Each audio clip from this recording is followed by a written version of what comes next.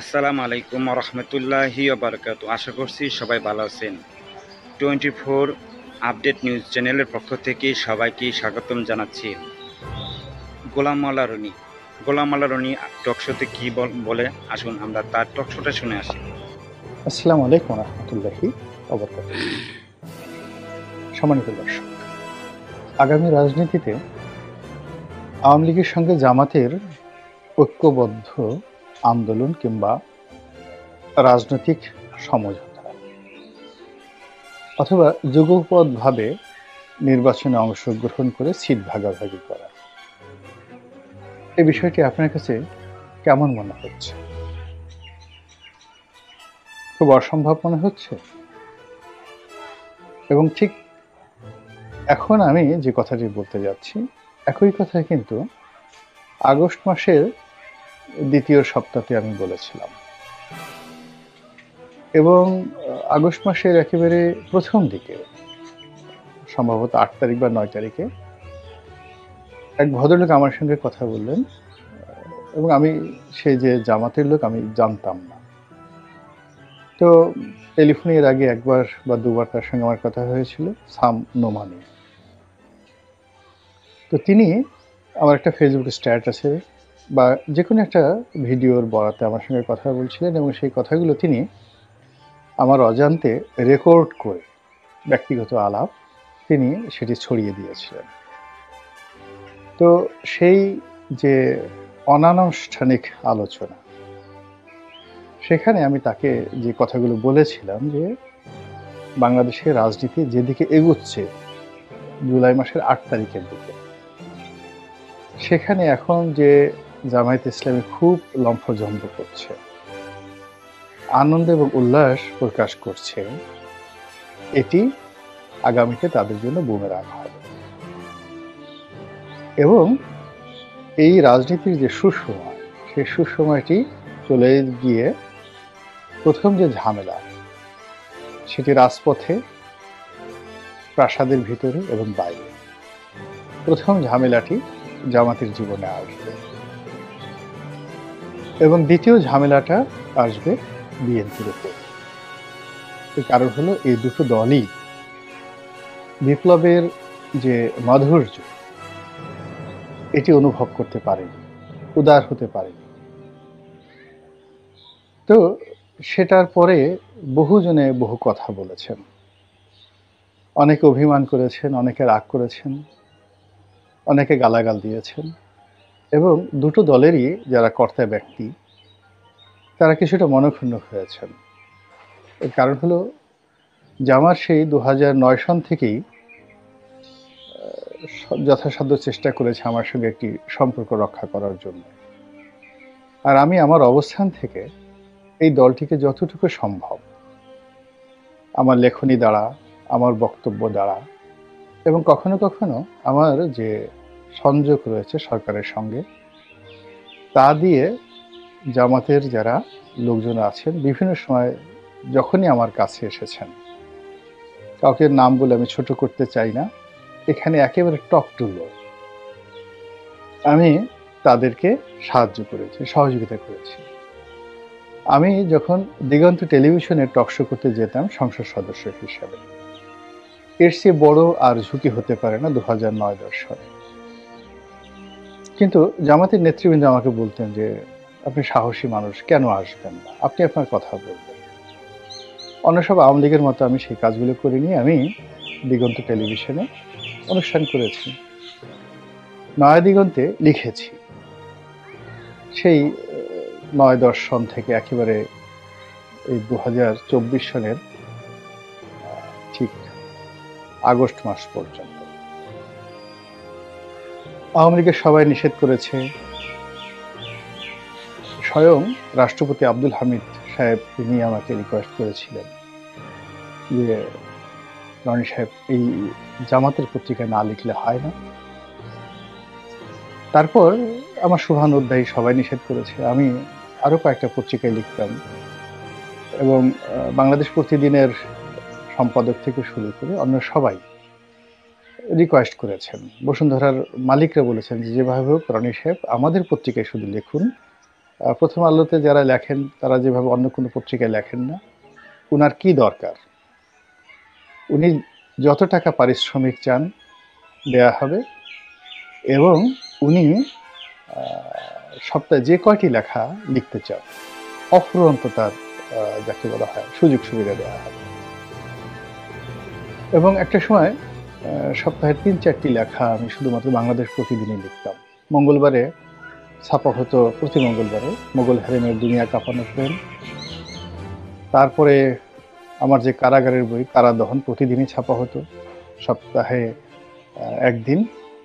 আর প্রতি যাকে বলা হয় শুক্রবারে বা শনিবারে সম্ভবত আমার সাপ্তাহিক কলাম বাংলাদেশ প্রতিদিনে ছাপা হতো। অর্থাৎ এই পত্রিকাটি কেবলমাত্র গোলাম মোল্লা রনি নিজে মালিক হলেও যেভাবে লিখতে পারতো না, ঠিক সেইভাবে কিন্তু আমি এই পত্রিকাটিকে ব্যবহার করেছি।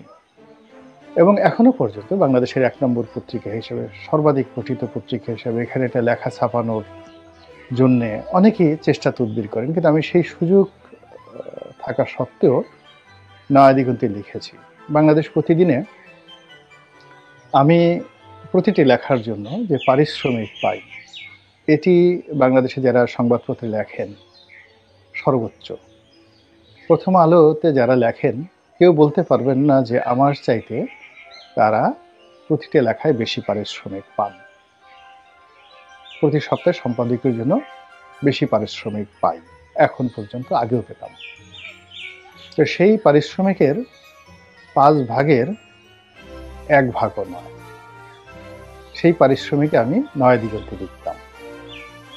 এবং অবাক করার ব্যাপার হলো যে নয়া দিগন্তের অর্থনৈতিক সংকট এত প্রকট যে আমি প্রায় 5 লাখ টাকা এখন পাই তাদের কাছে। নয়া দিগন্ত পত্রিকার কাছে আমার লেখা যে সম্মানী এই বাবদ 5 লাখ টাকা পাওনা রয়েছে। তো টাকার জন্য নয়, অন্য কোনো কিছুর জন্য নয়, আমার কাছে মনে হয়েছে যে জামাত বা তাদের মুখপাত্র এই সময়টিতে আমার সাহায্য করা উচিত।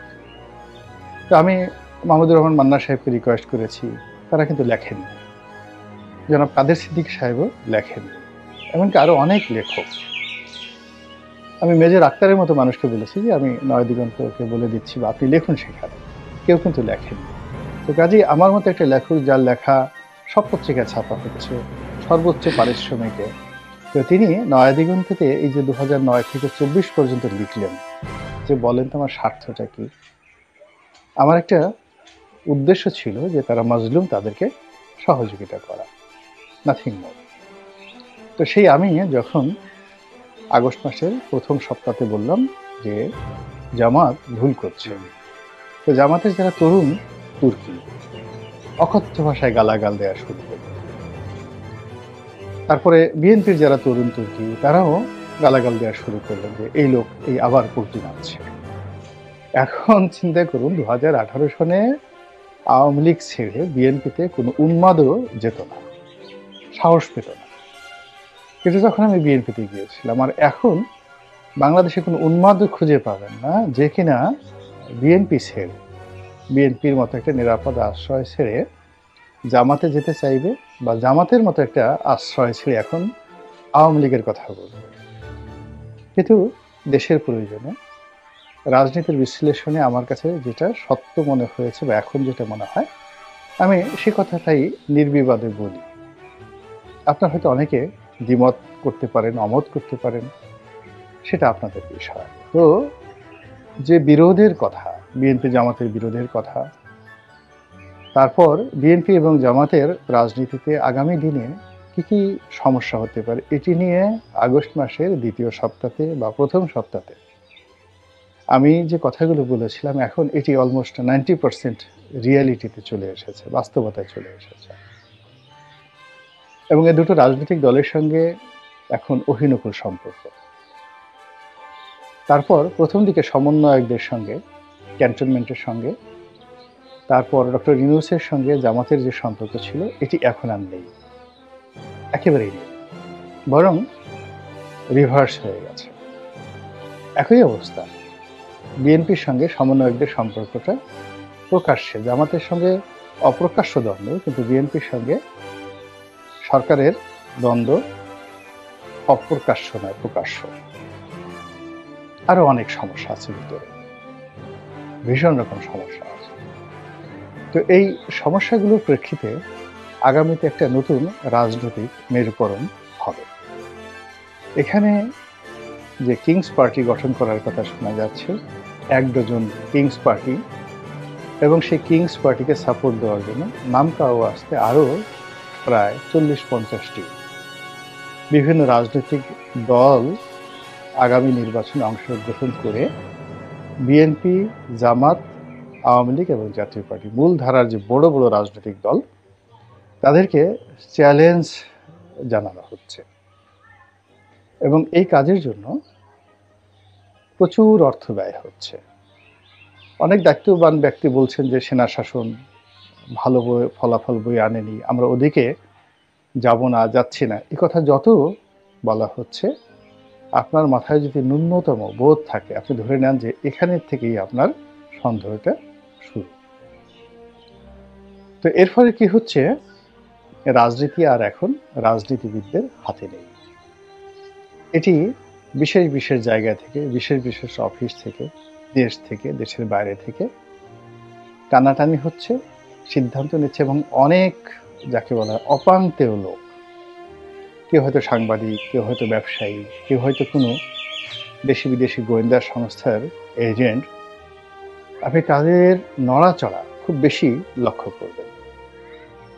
বেশ কয়েকজন সাংবাদিক, তার মধ্যে মাসুদ কেবল সাহেব আছেন, তারপর আর একজন ভদ্রলোক, বেশ বয়স্ক ভদ্রলোক, খুবই নাম করা, আমার খুব ঘনিষ্ঠজন। আমি খুব দুঃখিত যে এই মুহূর্তে আমার তার নামটি মনে আসছে না। তো সেই ভদ্রলোক আমি দেখলাম যে খুব, যাকে বলা হয় নির্লিপ্তভাবে অনেকের নাম বলে দিচ্ছেন। এই যে এখন যে বিভিন্ন সমাবেশ হচ্ছে, শান্তি সমাবেশ, মতবিনিময় সভা ইত্যাদি ইত্যাদি, এবং দেখবেন যে দেশের বাইরে পালিয়েছিল আওয়ামী লীগ জমানাতে অনেক সাংবাদিক, অনেক ব্যক্তি, সামরিক বেসামরিক সাবেক আমলা, যাদের বিরুদ্ধে দুর্নীতি, অনিয়মের অসংখ্য অভিযোগ, এবং রীতিমতো দেয়ার থিপ, চোর। সেই চোর হিসেবে তারা যখন কর্ম করত, তাদের পরিচিতি ছিল চোর, টাউট, বাটপার। যে যে পেশাতেই ছিলেন, মানে আমলা হন, বুদ্ধিজীবী হন, এনজিবি ব্যক্তি হন বা সাংবাদিক হন, এই লোকগুলো এখন রাজনীতিবিদদের মধ্যে সমঝোতা করার জন্য তারা মঞ্চ পরিচালনা করছে, আর বেকুব রাজনীতিবিদরা দলে দলে এই তাদের মঞ্চে গিয়ে কথাবার্তা বলছে। এটা অর্শনীর সংকেত, রাজনীতির জন্য অর্শনীর সংকেত। ফলে এখন যা কিছু হচ্ছে, কোনো কিছুই আপনি হিসাবের মধ্যে ফেলতে পারবেন না, সবই বেহিসাবি করবার কথা। ঝড়ের আগে যেভাবে ধুলো ঝড় হয়, ঠিক ওইরকম একটা ধুলো ঝড় চলছে রাজনীতির অঙ্গনে। এবং সেই ধুলো ঝড়ের পর যখন সত্যিকার ঝড় শুরু হবে, তখন মানুষ আশ্রয়ের জন্য পাগলের মতো ছুটবে। রাজনৈতিক দলগুলো আশ্রয়ের জন্য পাগলের মতো ছুটবে। সেক্ষেত্রে আওয়ামী লীগের সঙ্গে জামাতের যে বন্ধুত্ব, সম্পর্ক, সমঝোতা, এটি প্রথম সমীকরণ। দ্বিতীয় সমীকরণ হলো বিএনপির সঙ্গে আওয়ামী লীগের সমঝোতা। এটি সম্ভাবনা কম, খুবই অল্প, কিন্তু জামাতের সঙ্গে আওয়ামী লীগের সমঝোতা খুব বেশি। এর কারণ হলো যে এখানে জামাত খুবই একটা আনপ্রেডিক্টেবল দল। তারা সবসময় একটা শক্তির আশ্রয় থাকতে চায়, সেটা বিএনপি, আওয়ামী লীগ অথবা সরকার। তো তারা যদি সরকারের আশ্রয় পেয়ে যায়, অর্থাৎ প্রথম 3 মাস তারা যেভাবে সরকারের আশ্রয় পেয়েছে, প্রশ্রয় পেয়েছে, এবং সমন্বয়কদের মনে হয়েছে তাদের লোক, এরকম যদি একটা পরিস্থিতি তাদের হয়ে যায়, তাহলে আওয়ামী লীগের সঙ্গে বিএনপির সম্পর্ক হয়ে যাবে। আর জামাত এই গত 1 সপ্তাহের মধ্যে যে বিপদে পড়েছে, বন্ধুহীন হয়ে পড়েছে, এটা যদি চলতে থাকে, তাহলে ভারত, আওয়ামী লীগ এবং জামাতের মধ্যে অনিবার্যভাবে একটি সমঝোতা হয়ে যাবে। এবং এটি প্রকাশ্যে হতে পারে, অপ্রকাশ্যে হতে পারে, পর্দার আড়ালে হতে পারে, অন্তরালে হতে পারে, বাট এটা হবেই। এবং এটা রাজনীতির ময়দানে নতুন কিছু না। ইন 1954 অর্থাৎ 1954 সালে আওয়ামী লীগের সঙ্গে যুক্তফ্রন্টের সঙ্গে নিজাম ইসলামী পার্টির যে সমঝোতা, এটি ছিল এখন যদি শেখ হাসিনা এবং জামাতের আমির এক টেবিলে বসে কোনো বৈঠক করেন আজকের এই দিনে, পুরো বাংলাদেশ যেভাবে চমকিত হবে, ক্রোধে ফেটে পড়বে, সমালোচনার ঝড় বইবে, ঠিক তদ্রূপ অবস্থা তৈরি হয়েছিল ইন 1954। হোসেন শহীদ সরওয়ার্দী, মাওলানা আব্দুল হামিদ খান ভাসানী, শেরেবাংলা একে ফজলুল হক, আবুল হাসিম এবং তার সঙ্গে অন্যান্য বিখ্যাত যারা রাজনীতিবিদ ছিলেন, তারা পাকিস্তান রাষ্ট্রের বিরুদ্ধে যে অভিযোগ করেছিল, মুসলিম লীগের মধ্যে যে অভিযোগ করেছিল, সেখানে দ্বিতীয় কে ফ্যাক্টর অর্থাৎ মুসলিম লীগের পরে ধর্মভিত্তিক যে শক্তি ছিল এবং তাদের এই পূর্ববঙ্গে অর্থাৎ এই বাংলায় মুসলিম লীগের চাইতে তাদের জনপ্রিয়তা এবং তাদের শক্তিমত্তা ছিল অনেক অনেক বেশি। নিজাম ইসলামী পার্টি আজকের জামাতের চেয়ে 100 গুণ শক্তিশালী ছিল এবং একই সঙ্গে বিতর্কিত ছিল। অর্থাৎ মুসলিম লীগকে যে কারণে এই যুক্তফ্রন্টের সবাই ঘৃণা করত, সেই ঘৃণা নিজাম ইসলামী পার্টির জন্য প্রযোজ্য ছিল। কিন্তু ভোটের মাঠে রাজনীতি করার জন্য মুসলিম লীগকে ঠেকানোর জন্য তখন সেই নিজাম ইসলামী পার্টির সঙ্গে যুক্তফ্রন্টের সমঝোতা হয়েছিল। এটাই ইতিহাস। আবার এই বাংলাদেশে আওয়ামী লীগের সঙ্গে বেশ কয়েকবার জামাতের সখ্যতা হয়েছে, এমনকি আওয়ামী লীগের সঙ্গে বিএনপিরও সখ্যতা হয়েছে বেশ কয়েকবার, খুবই ঘনিষ্ঠ সখ্যতা। তো কাজেই আগামী দিনগুলোতে রাজনীতির প্রয়োজনে বিএনপির সঙ্গে আওয়ামী লীগের সমঝোতা হবে না, বা জামাতের সঙ্গে আওয়ামী লীগের সমঝোতা হবে না।